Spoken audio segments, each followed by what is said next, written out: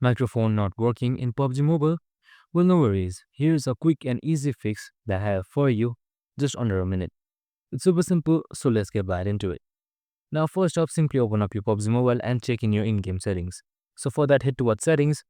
So on the bottom right, select this arrow icon right here and up select settings. Now head towards audio and haptics. And now make sure your voice set is all the way up and so is your speaker. So next thing is, if it still doesn't work, what you can do is simply hit towards your app settings.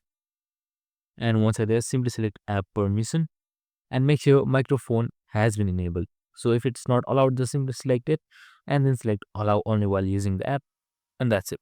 If it still doesn't fix, just simply restart your PUBG Mobile application. Sometimes restarting your application or restarting your device itself might also fix this error. And that's it. Super simple and easy. I hope this video helped. If it did, make sure to like, subscribe and tune in with us for more of these videos. See you in the next one.